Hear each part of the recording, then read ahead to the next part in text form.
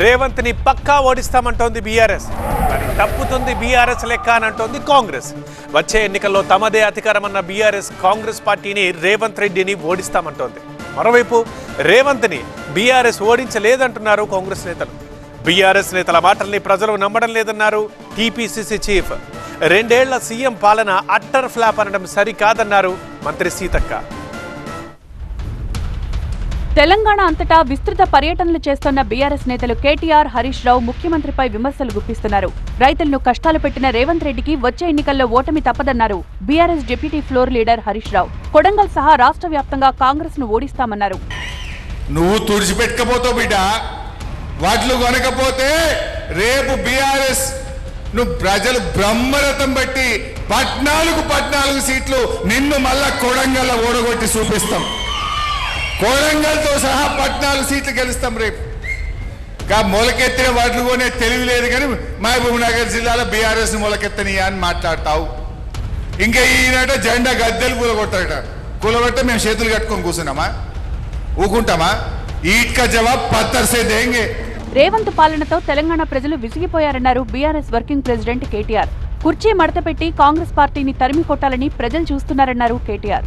రేవంత్ మాజీ సీఎం అయ్యాక ఎవరూ పట్టించుకోరన్నారు. తెలంగాణలోని ఏ పేట అయినా ఇలా ప్రజలు ఒకటే టైం కోసం ఎదురు చూస్తా ఉన్నారు. ఎప్పుడు కుర్చీ మడత పెట్టి రేవంత్ రెడ్డిని కాంగ్రెస్ పార్టీని ఎప్పుడు తరిమి తరిమి తరిమి తరిమి కొట్టాలని చెప్పి ఎదురు చూస్తా ఉన్నారు. ఆ ఎదురు చూపులు ఫలించే రోజు ఎంత దూరం లేదు, తొందరలోనే వస్తుంది. ఎక్కువ రోజులు ఏం లేదు, సగం టైం అయిపోయింది. రేవంత్ రెడ్డి మాజీ ముఖ్యమంత్రి అయిన తర్వాత ఆయన పక్కకెళ్ళి పోతుంటే కూసున్న కుక్క కూడా లేదు. ఆ పరిస్థితి వస్తుంది. కేటీఆర్ వ్యాఖ్యలు తప్పుపట్టారు టీపీసీసీ చీఫ్ మహేష్ కుమార్ గౌడ్.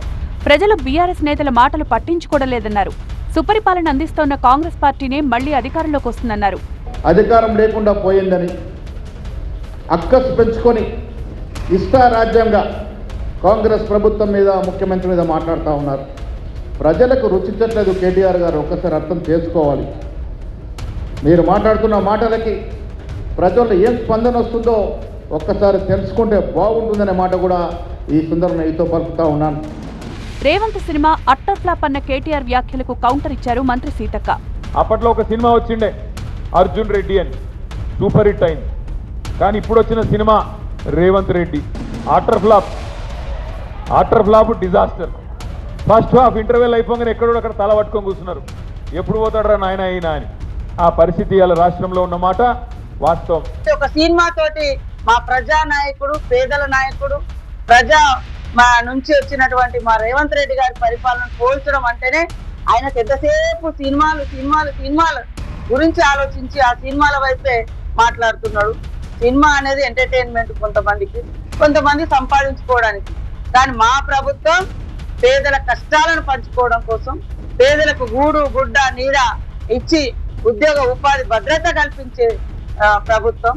కాబట్టి సినిమాలతోటి 3 గంటలు ఎంటర్టైన్ చేసే సినిమాలతోటి పోల్చడం అంటే నీ బుద్ధి ఇంకా ఎంటర్టైన్మెంట్ మీదనే ఉంది తప్ప ప్రజా సమస్యల మీద పాటుపడాలి, వాస్తవాల మీద నిలబడాలి, వాస్తవ సమస్యలను ప్రభుత్వాల దృష్టికి తీసుకొచ్చి పరిష్కరించాలనేటువంటి ఆలోచన లేదు అనేది ఆ సినిమాలతో కంపారిజన్ చేసేటువంటి కేటీఆర్ గారి ఆలోచన బట్టి అర్థం చేసుకోండి. ఓవైపు కేటీఆర్, మరోవైపు మీనాక్షి నటరాజన్, మహేష్ గౌడ్ పోటాపోటీ పర్యటనలతో వరంగల్ రాజకీయాలు ఒక్కసారిగా హీటెక్కాయి.